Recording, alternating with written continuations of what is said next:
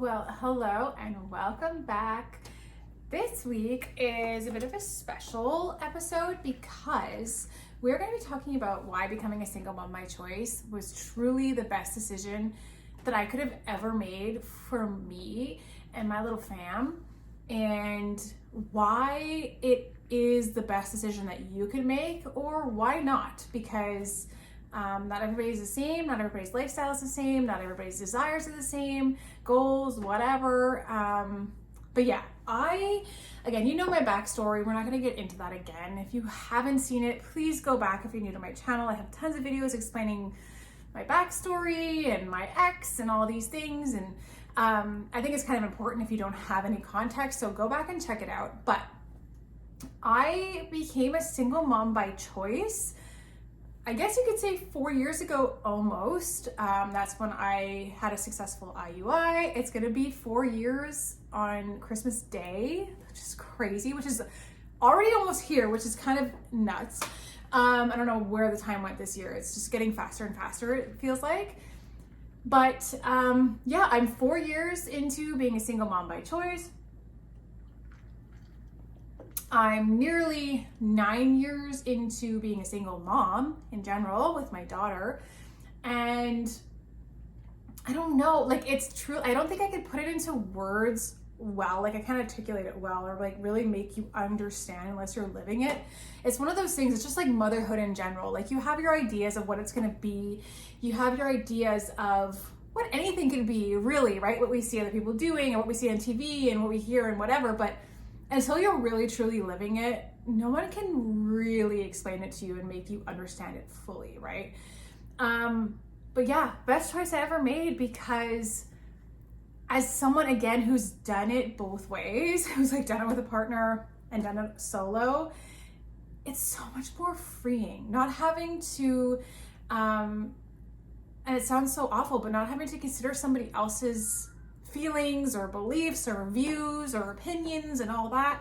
And parenting is hard in general, but I mean, what a lot of people don't really necessarily realize, I guess, is that the whole fairy tale thing that is sold to us women since we're little girls isn't necessarily a fairy tale. And we have these ideas of what it's going to be like, and our Prince Charming and all of these things, and what parenting with this person is going to be like. But unfortunately, for the majority of us, that's not the reality.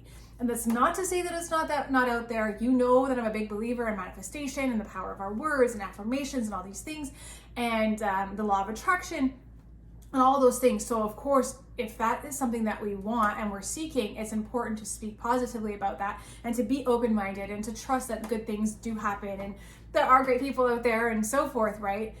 But when we put all of our, not to bring it back to like high school economics, but when we throw all of our eggs in one basket, that being a relationship with another person, and we're putting our all into it, that's having a family, that's everything. Everything is invested, right? These are your children. This is your forever life, right? Your kids are gonna be a part of your life till the day you die, right? So in a lot of ways, it can be scarier to do that nowadays because nothing is guaranteed.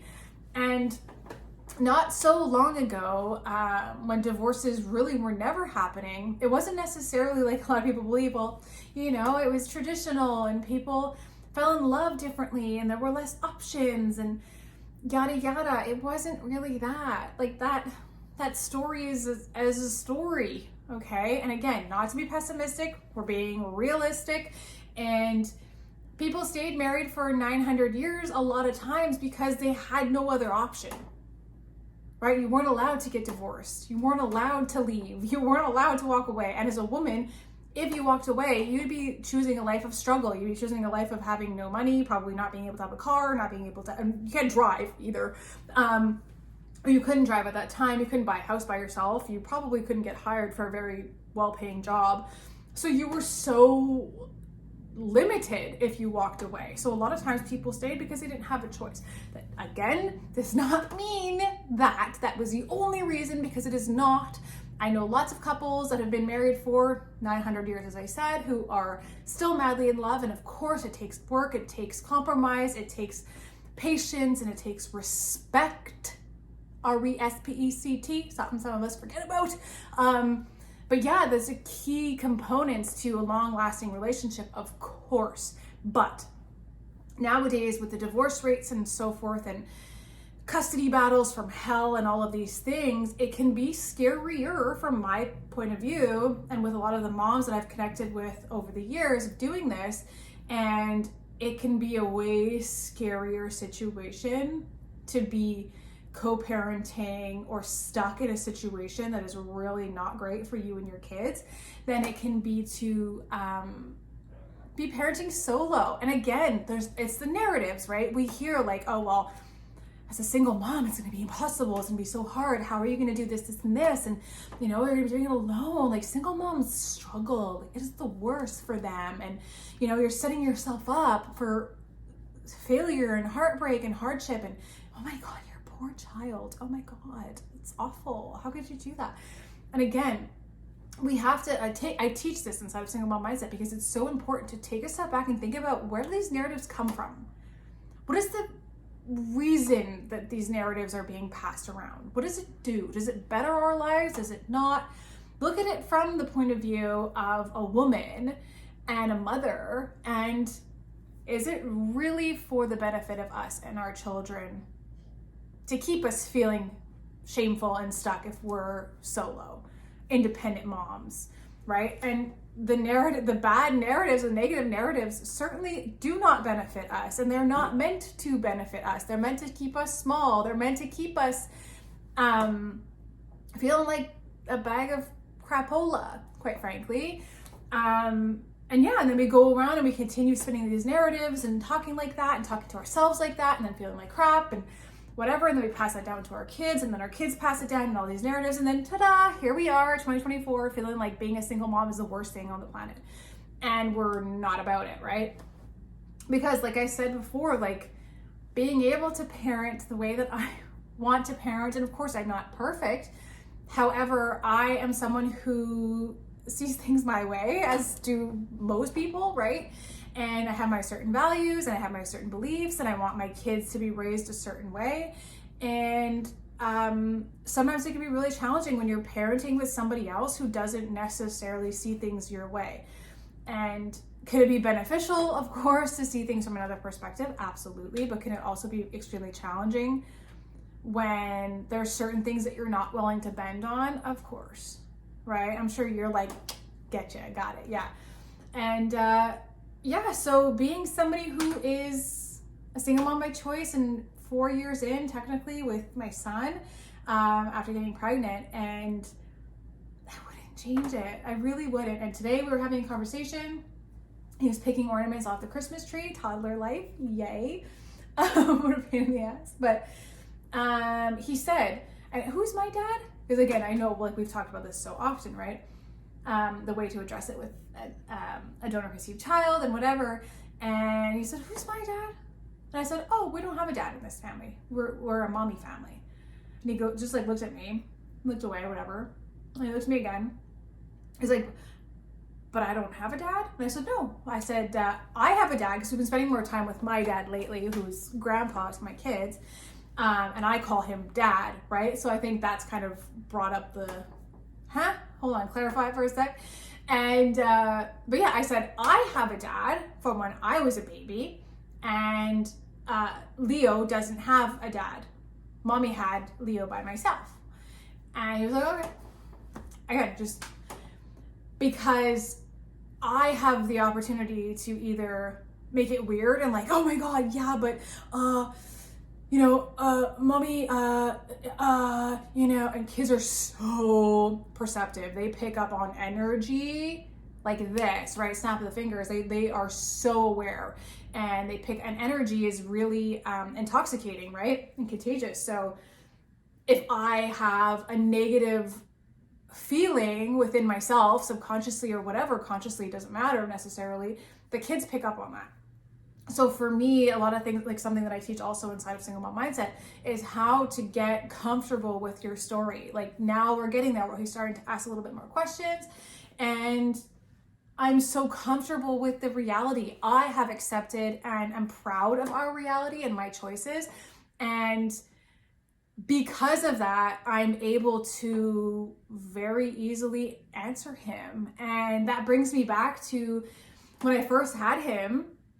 And then I didn't really think about those things, honestly. And that's another reason why I made the program, is to have a resource for people who aren't maybe thinking about those things, or they are and they're freaking out. I'm like, how am I going to handle it when it comes? And if they ask me questions, what am I going to do? And what questions do I have to answer? And what is too much information? And yada, yada, right? It's really important to think about. However, I never really did, to be honest with you. I didn't. I knew I wanted another kid. I didn't want to have it with somebody else. I was not willing to wait. My daughter was getting older. Done. I did it by myself. Didn't think too much of it, okay?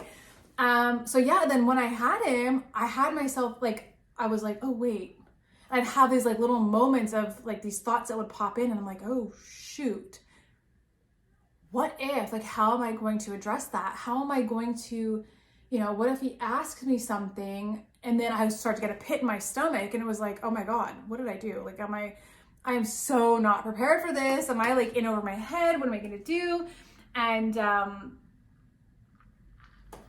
yeah, that's where single mom mindset really kind of took off, because I started reaching out to donor conceived people who were adults, which is like Leo, right? Donor conceived, and reaching out, what is your experience, and reading stories and connecting with people on social media and seeing just some of their stories. And I really learned a lot. I learned a lot from Kiara's book. You can get, do I have her tagged? I'm going to tag her if I can below. But she shared a lot about her experience as a donor conceived person that was raised by a single mom by choice, which is what I am. If you have a child by yourself using a donor, you're a single mom by choice is the term that a lot of people would like to use. And yeah, I learned a lot along the way, which was kind of scary too. But because of that, I started practicing, having him in my belly. I was even doing some little practicing, because the fertility clinic that I used, the therapist that was working there, she actually gave me some tips and tricks, and it made me feel better. If you get used to it, you start to talk about it, and the more normal you make it, because it is normal, and work through any maybe negative beliefs around it that you have, or limiting beliefs, or just negativity or stigmas that we are hanging on to, or whatever, the more you kind of take that power away from those negative thoughts or beliefs, right?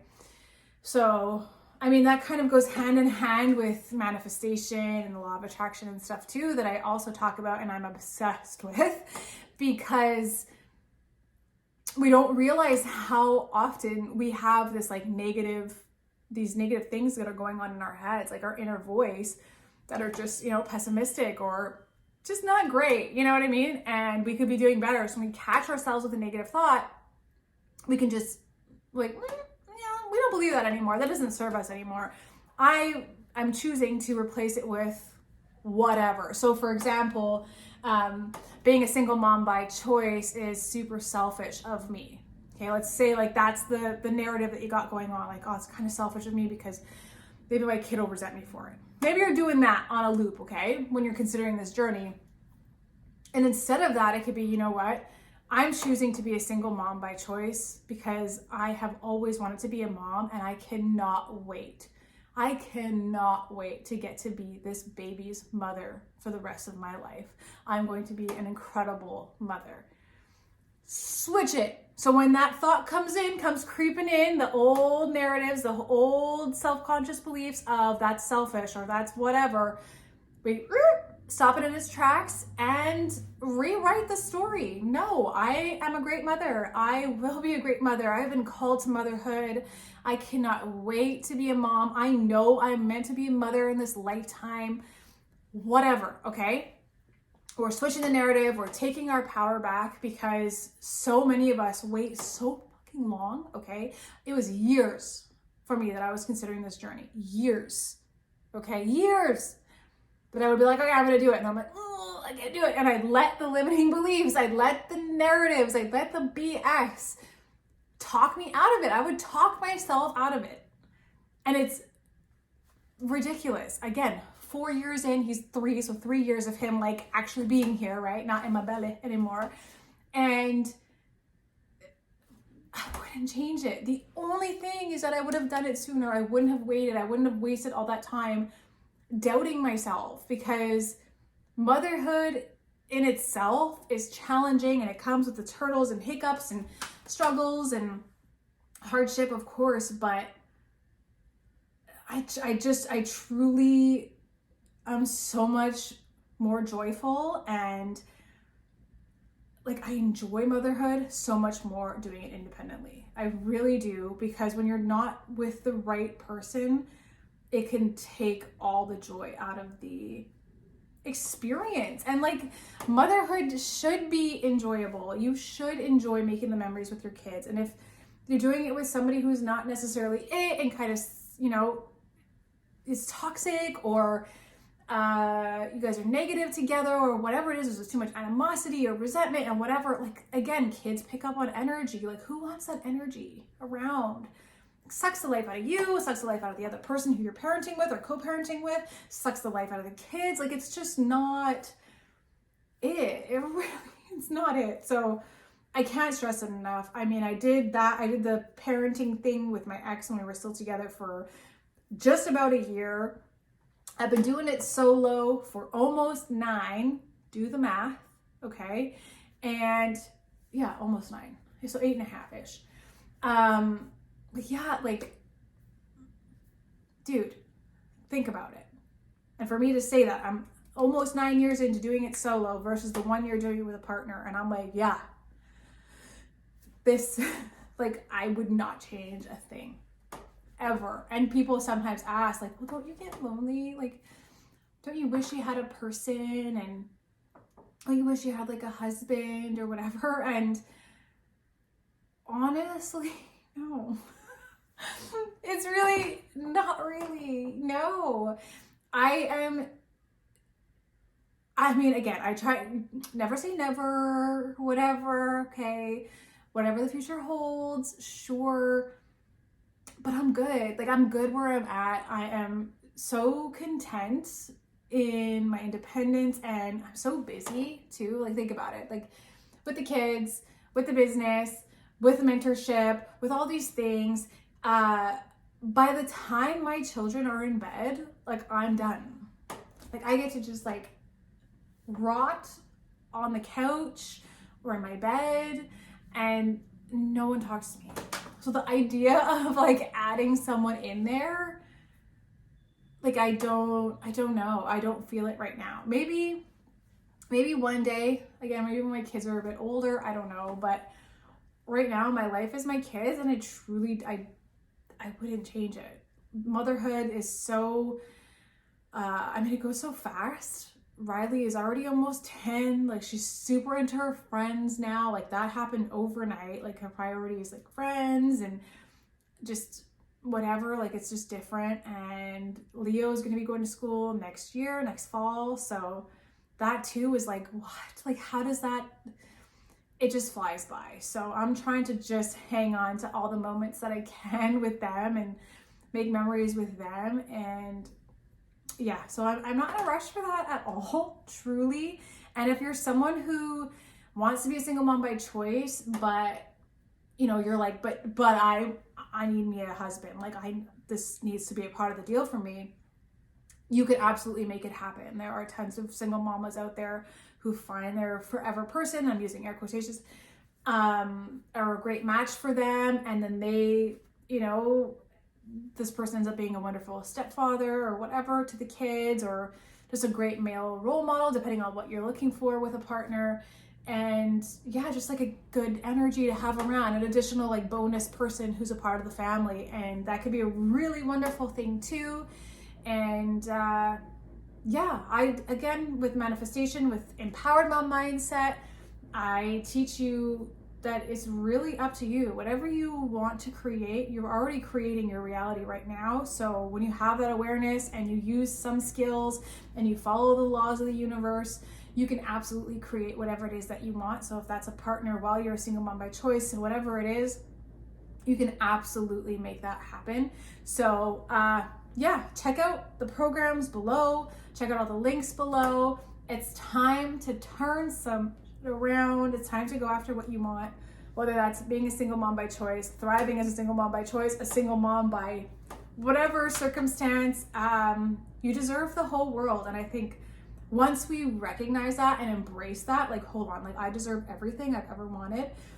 Women are not taught that, right? We're taught to play it small. We're taught to, like, shh, being too loud, you're being too opinionated, you're being too this, you're too that, you're too this, too needy, too whatever. Oh, you know, she knows what she wants, let a bitch or whatever.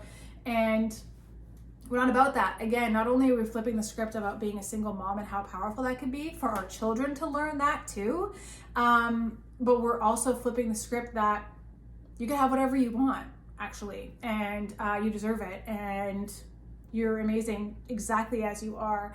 And it's funny because for the longest time, just a little side tangent before we wrap this episode up, I shot a show, a series, just one episode, last week. And for the longest time, I didn't audition. I wasn't like really getting involved in acting at all because, and it's a passion of mine, again, if you're new here, but because I had gained weight after the baby and the pandemic and everything. And I'm feeling heavier, like I'm heavier, it's okay.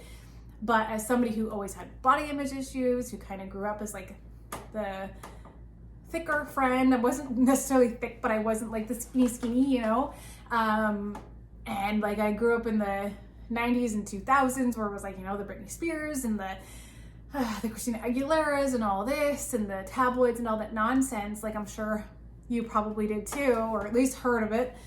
And yeah, it was really, really toxic.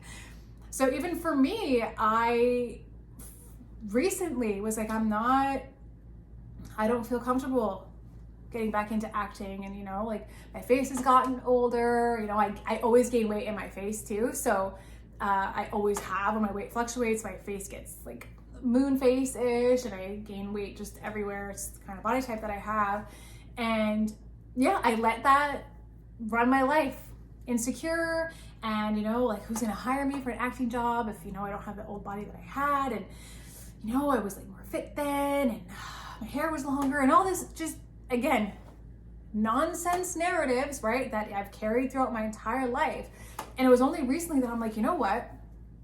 I am in my 30s and I have children, okay, who pick up on everything that I've got going on, whether they say it, whether they make note of it out loud, they're clocking everything, because that's what kids do. Think about your childhood. Were you clocking what all the adults were doing? Absolutely. We were picking up everything that they were putting down, whether it was consciously or subconsciously. We picked it all up, okay? Take a second, think about it. I know you did. And yeah, like I let that run my life for too long. And I realized, like, I have these kids who are picking up what mom's putting down. And if I am not allowing myself to live my dreams or live my passions and enjoy projects that I'm working on, do things that like I'm excited about and like light me up and like get the adrenaline going and like that anxious energy and excited energy, I'm doing not only myself, but my children a huge disservice. Because how am I going to tell my kids, honey, you can do anything you set your mind to? You can. Mommy loved acting before. Okay, well, why don't you do it now, mommy? Well, right? Because mommy let her insecurities, or the fact that she's got, you know, 15 extra pounds on her little tiny frame body, stop her from doing things she likes. And the whole time I was on set, okay, I was wearing jeans, which I never wear jeans anymore. I was wearing a fitted tank top. Never.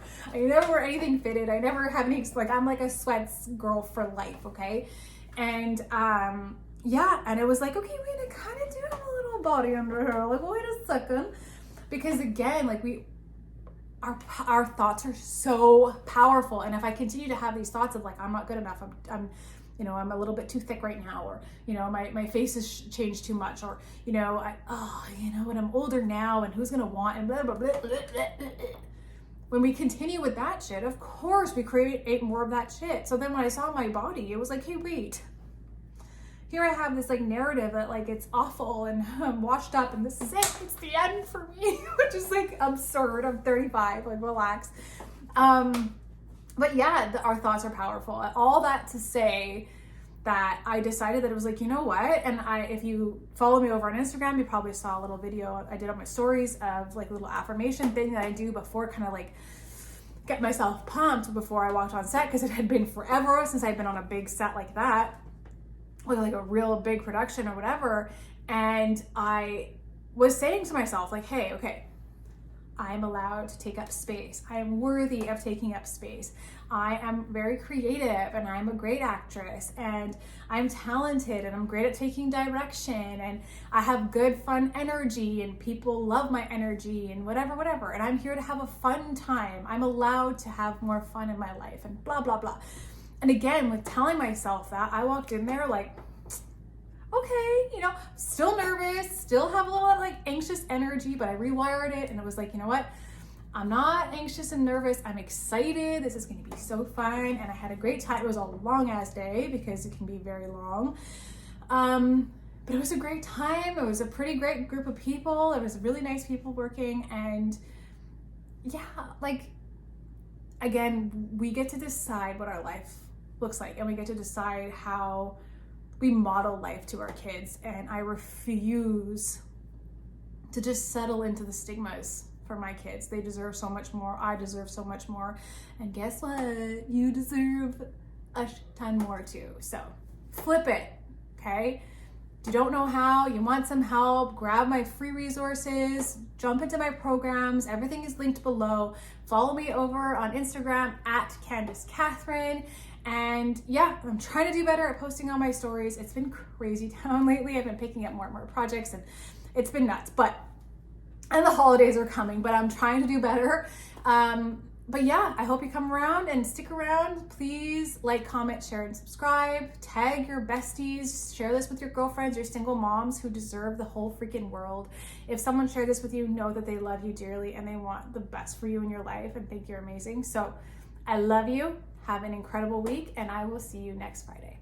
Bye.